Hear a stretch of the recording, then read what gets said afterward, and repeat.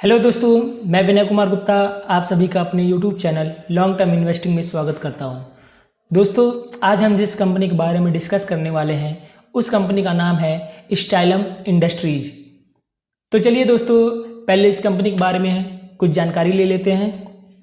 दोस्तों, स्टाइलम इंडस्ट्रीज की स्थापना सन 1991 में लेट मिस्टर एनआर अग्रवाल और उनके दो बेटों मिस्टर जगदीश गुप्ता और मिस्टर सतीश गुप्ता द्वारा की गई थी। उस समय इस कंपनी का नाम गोल्डन लैमिनेट्स प्राइवेट लिमिटेड था। ईयर 1992 में इस कंपनी को पब्लिक लिमिटेड कंपनी में कन्वर्ट कर दिया गया और फिर ईयर 1995 में इस कंपनी को बीएसई पर लिस्ट करवा दिया गया। जनवरी 2010 में इस कंपनी का नाम गोल्डन लैमिनेट्स से बदलकर स्टाइलम इंडस्ट्रीज कर दिया गया। दोस्तों, कंपनी डेकोरेटिव लैमिनेट्स बनाने का काम करती है और ये one of the fastest growing company है हाई क्वालिटी डेकोरेटिव लैमिनेट्स और अलाइड प्रोडक्ट बनाने में। दोस्तों, इस कंपनी का मैन्युफैक्चरिंग प्लांट एशिया का सबसे largest single located manufacturing plant है जो मानक टबरा पंचकुला हरियाणा में स्थित है और 58 एकड़ में फैला हुआ है। दोस्तों, इनके पास डाइवर्स प्रोडक्ट पोर्टफोलियो है जिनके कारण यह कंपनी अपने कस्टमर के हर तरीके की ज़रूरत को पूरा करती है। दोस्तों, इस इंडस्ट्री में इस कंपनी का 33 साल का एक्सपीरियंस है जो इस कंपनी के फ्यूचर ग्रोथ के लिए बहुत अच्छी बात है। दोस्तों, यह कंपनी इंडिया की पहली कंपनी है जो PU प्लस लैक्योर कोटिंग प्रोसेस को इंट्रोड्यूस की है और इस प्रोसेस से जो ये प्रोसेस होता है इससे लैमिनेट की चमक, मजबूती और ड्यूरेबिलिटी तीनों और बढ़ जाती है। दोस्तों, यह कंपनी इंडिया की पहली कंपनी है जो सॉलिड एक्रिलिक सरफेस बनाने का काम करती है और इन्हें सॉलिड एक्रिलिक सरफेस प्रोडक्ट के लिए NSF इंटरनेशनल USA की तरफ से सर्टिफिकेट भी मिला है।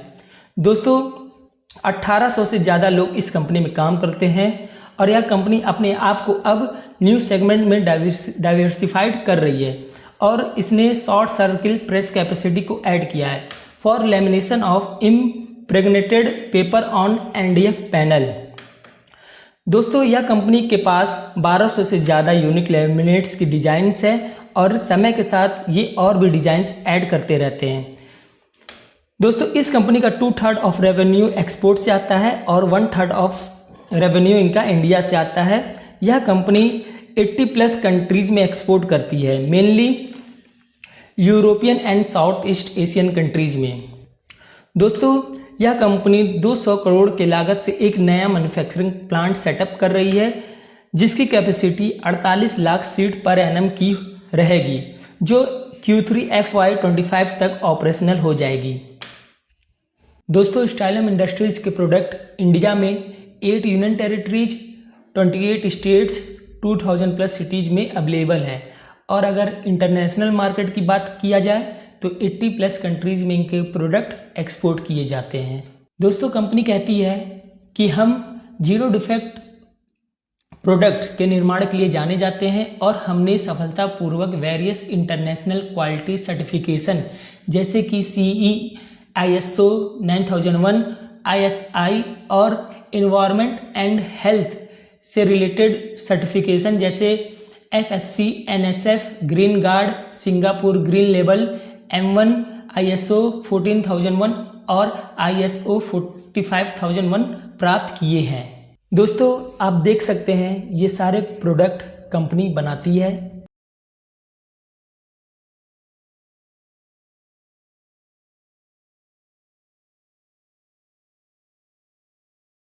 विजन 2025 से 2027 कंपनी कह रही है कि लैमिनेट डिवीजन में लगभग 74% कैपेसिटी यूटिलाइजेशन लेवल हासिल कर लिया गया है और इन्होंने एग्जिस्टिंग फैसिलिटी में मॉड्यूलर एक्सपेंशन को कंप्लीट किया है जिससे इनकी कैपेसिटी और बढ़ गई है और इसके लिए इन्होंने 30 करोड़ रुपए का निवेश किया है।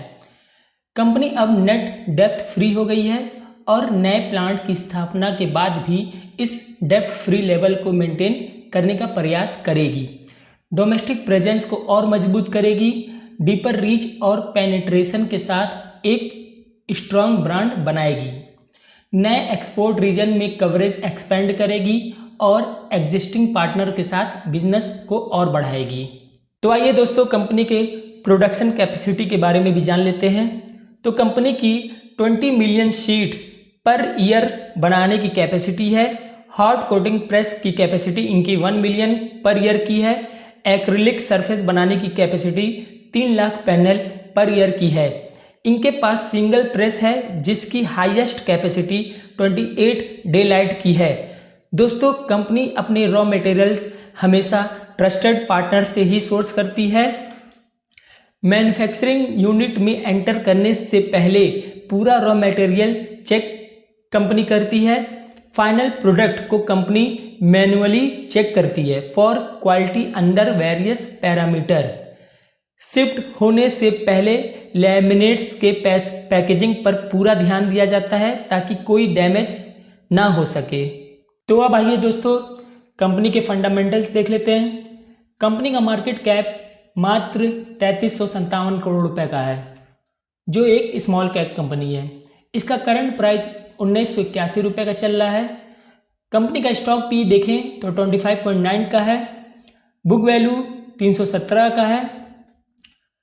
Return on capital employed company का 33.7% का है, जो बहुत अच्छा है। रिटर्न ऑन इक्विटी भी 27.2% का है, ये भी बहुत शानदार है। फेस वैल्यू कंपनी का 5 का है और डिविडेंड यील्ड भी कंपनी थोड़ा सा देती है 0.13% का। इंडस्ट्री पी कंपनी का 54.8 का है। कंपनी सेल्स 931 करोड़ रुपए का करती है और नेट प्रॉफिट 129 करोड़ रुपए का कमाती है। कर्ज अगर कंपनी पे देखें तो कर्ज बिल्कुल भी नहीं है, जीरो है। रिजर्व 528 करोड़ रुपए का है। ईपीएस कंपनी का 76.1 रुपीज का है। क्विक रेशियो 4.3 का है। इंटरेस्ट कवरेज रेशियो 73.2 का है। टैग रेशियो 0.95 का है, 1 से नीचे है, ये भी बढ़िया है। प्रमोटर होल्डिंग ये 54.6% का है। प्लेज परसेंटेज 0 का है, प्रमोटर ने एक भी शेयर को प्लेज नहीं किया है। रिटर्न ऑन एसेट 22.6% का है। प्रॉफिट CAGR अगर 10 साल का देखें तो वो 35.5% का है। कंपनी 10 साल से अपने प्रॉफिट को 35.5% से ग्रो कर रही है और 5 साल का देखें तो 27.1% का है। ओपीएम 19.8% का है। अब आइए दोस्तों, कंपनी के क्वार्टरली रिजल्ट पे देखते हैं।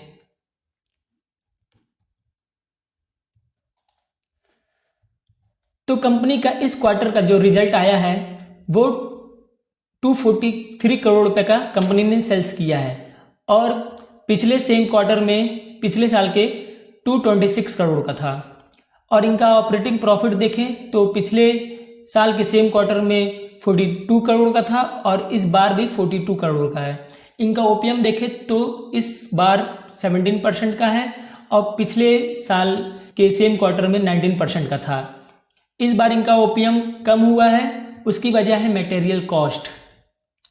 अगर इनके एक्सपेंसेस में हम देखें तो मटेरियल कॉस्ट जो पिछले क्वार्टर में 48% का था, इस क्वार्टर में बढ़ के 56% का हो गया है। इसी वजह से इनके ऑपरेटिंग प्रॉफिट में कमी आई है। अब आइए दोस्तों, इनके प्रॉफिट लॉस स्टेटमेंट में देखते हैं।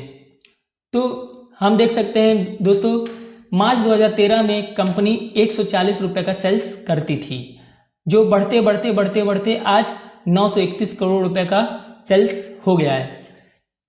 और अगर ऑपरेटिंग प्रॉफिट देखें तो 12 करोड़ से बढ़ के आज 185 करोड़ रुपए का ऑपरेटिंग प्रॉफिट हो गया है। और ओपीएम अगर देखें तो 9% मार्च 2013 में था, कंपनी ने उससे बढ़ाते बढ़ाते आज 20% के ओपीएम कंपनी कमा रही है। प्रॉफिट बिफोर टैक्स भी जबरदस्त बढ़ा है, 6 करोड़ से बढ़कर 166 करोड़ हो गया है। नेट प्रॉफिट भी 4 करोड़ से बढ़कर 129 करोड़ रुपए हो गया है।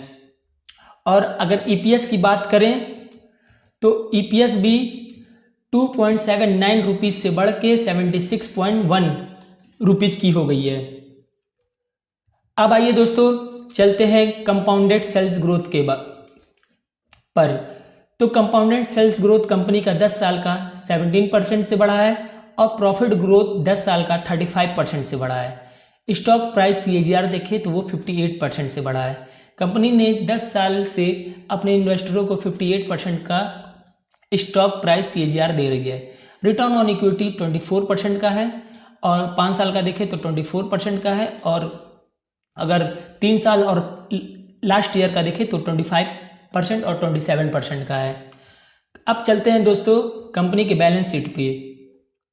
तो हम देख सकते हैं मार्च 2013 में कंपनी के पास रिजर्व मात्र 21 करोड़ का था और आज कंपनी के पास रिजर्व 528 करोड़ रुपए का है। बोरिंग देखें तो 66 करोड़ का था मार्च 2013 में और आज बोरिंग बिल्कुल जीरो है। फिक्स्ड एसेट देखें तो 31 करोड़ रुपए का मार्च 2013 में था और आज मार्च 2024 में 175 करोड़ रुपए का इनका फिक्स्ड एसेट है और टोटल एसेट भी इनका 113 करोड़ से बढ़कर 608 करोड़ रुपए हो गया है। अब आइए दोस्तों कंपनी के शेयर होल्डिंग पैटर्न पे चलते हैं। तो हम देख सकते हैं प्रोमोटर ने अपना एक भी स्टेक बेचा नहीं है। सितंबर 2021 में प्रोमोटर के पास 54.61% का स्टेक था और आज भी प्रोमोटर ने उस स्टेक को मेंटेन किया है। 54.61% का स्टेक आज भी प्रोमोटर के पास है। एफआईज के पास भी 3.84% का है और डीआईज के पास भी 11.25% का है। दोस्तों एफआईज और डीआईज दोनों ने पिछले क्वार्टर से इस बार स्टेक बढ़ाया है। पिछले क्वार्टर में इनका स्टेक एफआईज का स्टेक 3.57% था और डीआईज का 11.22% था, जो बढ़ के 3.84 हो गया है और 11.25% हो गया है। अगर पब्लिक की बात करें तो पब्लिक ने इस क्वार्टर में अपने स्टेक को बेचा है। पिछले क्वार्टर में पब्लिक का स्टेक 30.61% का था और इस क्वार्टर में पब्लिक का स्टेक 30.29% का हो गया है। दोस्तों अगर आपको ये वीडियो पसंद आई हो तो प्लीज़ मेरे चैनल को सब्सक्राइब और वीडियो को लाइक ज़रूर करिएगा। मिलते हैं नेक्स्ट वीडियो में। Thank you.